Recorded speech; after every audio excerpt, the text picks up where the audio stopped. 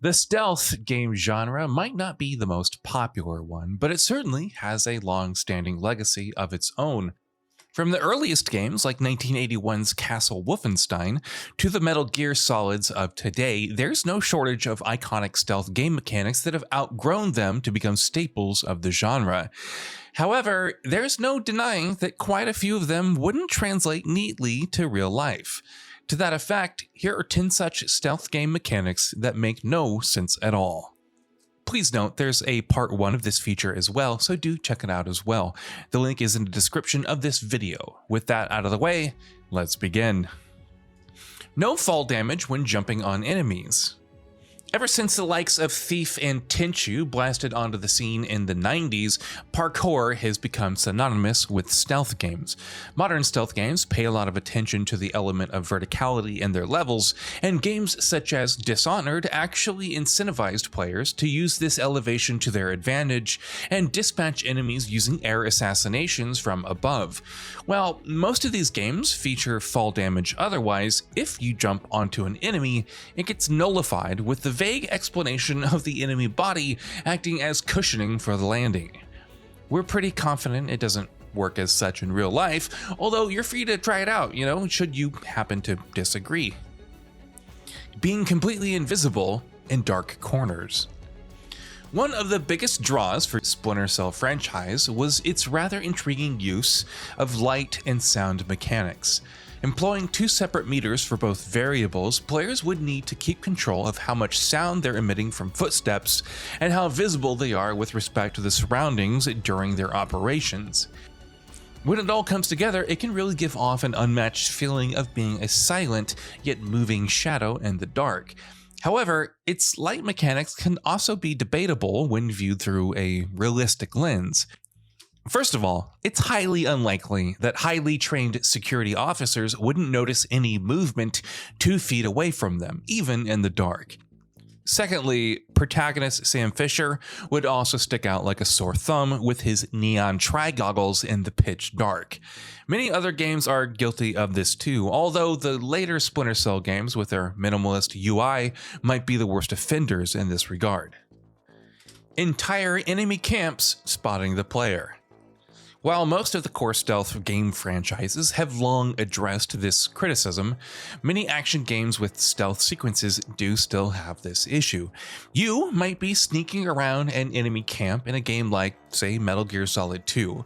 As soon as you get spotted by one lone guard, the entire base knows the exact whereabouts of your location before you even register this fact properly. While games built during modern time periods do have explanations for such behaviors on account of radios and what have you, the existence of such blunders in games such as SEKIRO is inexcusable. Hiding in cardboard boxes or water barrels. Easily one of the most recognizable stealth game elements, hiding in cardboard boxes was first popularized by Konami's Metal Gear Solid. This idea would then be adapted by multiple games such as the likes of Sly Cooper and The Legend of Zelda Wind Waker by changing up cardboard boxes for items such as water barrels. But the point remains, it's not at all realistic. First of all, how can a fully grown-up soldier like Snake manage to fit in a cardboard box at moments unnoticed? And how can he traverse while hiding in it without ever feeling suffocated? Yeah, we get it. He's trained for hardened situations, but a cardboard box, man, seriously. This mechanic is so unrealistic that it's straight up hilarious. But I guess, that's kind of the point of it all. Silenced pistols. Silenced weapons are one of the most important parts of any stealth game's arsenal. However, the catch is that they don't behave in a realistic fashion at all. You see, suppressors can help a fair deal with numbing gun sounds, but it isn't anywhere near in what you see in games like Splinter Cell, where a guard 2 feet away wouldn't hear the sounds of a gunshot just because its suppressor is attached to your pistol or SMG. In real life, suppressors can lower sounds to an extent where you might not need to wear ear protection while firing, but don't expect them to work in a similar vein to their video game representations. Metal Gear Solid 3's Death Pill.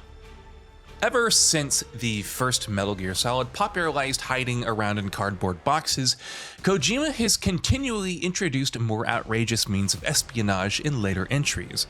Case in point, the death pill featured in Metal Gear Solid 3, which allows Snake to temporarily enter a state of death so as to avoid being detected by the enemy in plain sight. A revival pill is implanted in the tooth before consumption so that the effects are counteracted after a few minutes. While we are no science experts here at Gaming Bolt, we are pretty sure that no drug will be able to instantly counteract a lethal dose of potassium cyanide so well that the patient is back on his own 2 feet and capable of active ground duty in a matter of minutes. Mark and execute and point shooting. The 7th generation gaming was characterized by linear thrill rides and over-the-top set pieces popularized by the likes of Gears of War. This influence of flow state-focused gaming design was felt in mainstream stealth games as well, and we got the likes of Splinter Cell's Mark and Execute and point shooting. These power-ups essentially allowed players to mark targets and execute them with absolute accuracy. While it might look cool in gameplay, it's a one-button escape card that's anti-ethical to the stealth roots of these franchises. Not to mention, it's extremely difficult for a soldier to take down an entire troop of enemies with headshots in just a couple of seconds. Enemies ignoring companions. Naughty Dog's games might just be the worst offenders in this regard. You might be slowly inching your way to the end of a room in The Last of Us, carefully considering your every move in hopes of not alerting any clickers or shamblers to your human presence. You swipe the camera using the analog stick and find your companions running in clear view of the enemies, and they fail to notice them at all. While this behavior can be chalked up to gameplay reasons, there's no denying that this is incredibly unrealistic. Jumping from one point to another to lose out enemies in Batman Arkham games.